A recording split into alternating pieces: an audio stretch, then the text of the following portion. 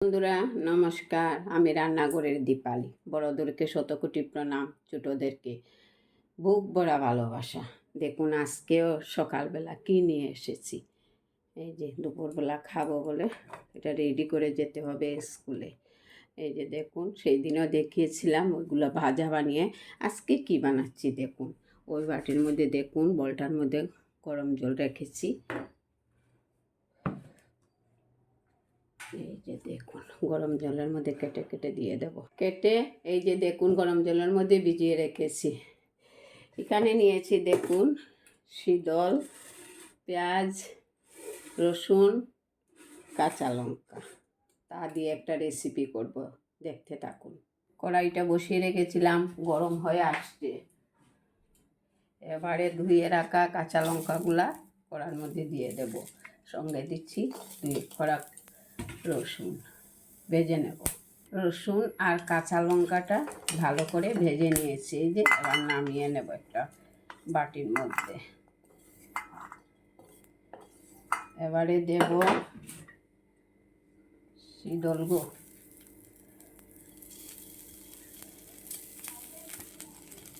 এই যে দেখুন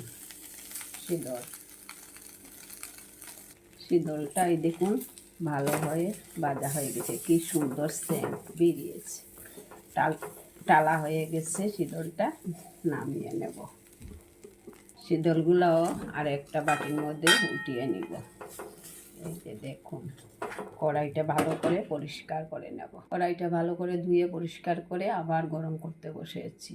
দেখুন কড়াইটা বসিয়ে রেখেছিলাম, গরম হয়ে আসছে। এবার অল্প তেল দিয়ে দিচ্ছি। তেলটা পুরা দমে গরম হয়ে আসছে। কেটে রেখা পেঁয়াজগুলো দিয়ে দিচ্ছি। পেঁয়াজটা ভেজে নেব।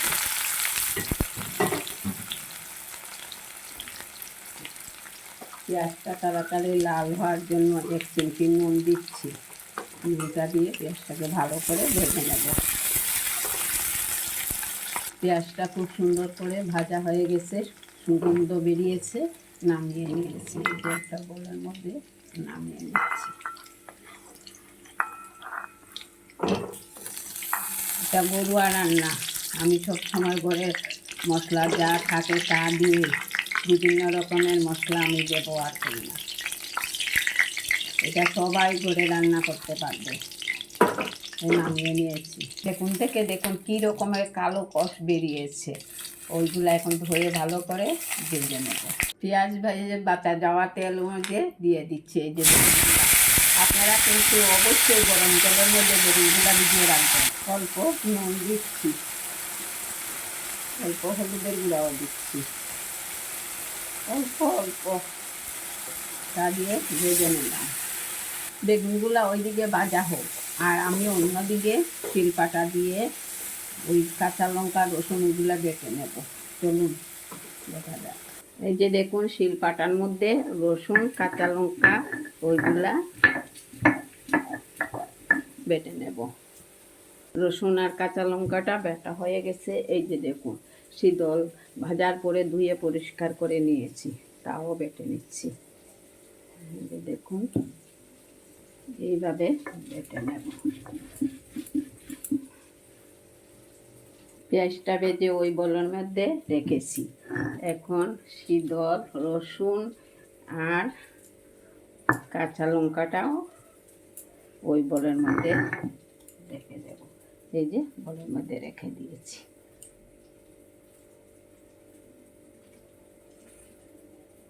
বেগুন ভাজা হয়ে গেছে। এই যে দেখুন, উঠিয়ে নিয়ে এসেছি, বেটে নেব। এবার বেগুনটা বাটা হয়ে গেছে। এবারে এই বলের মধ্যে উঠিয়ে নেব। আর কিছু ব্যবহার দেব না এটার মধ্যে, কাঁচা তেলও দেব না। ভাজার মধ্যে তো তেল দিয়েছি অনেকগুলা। আর স্বাদ মতো বা পরিমাণ মতো নুন দেব। এই যে দেখুন, এই হয়ে গেল আমার ওই বেগুনের ভর্তাটা। হাতের সাহায্যে মেখে নেব। এই যে দেখুন, বেগুনের ভর্তাটা পুরা দমে রেডি। আপনারা গরম ভাত একদম পুরা 1 থাল খেতে পারবেন, এত টেস্টি গো। আপনারা কেমন লাগলো, আপনাদের কাছে আমার এই ভর্তাটা কেমন লাগলো, যদি ভালো লেগে থাকে অবশ্যই লাইক কমেন্ট করবেন।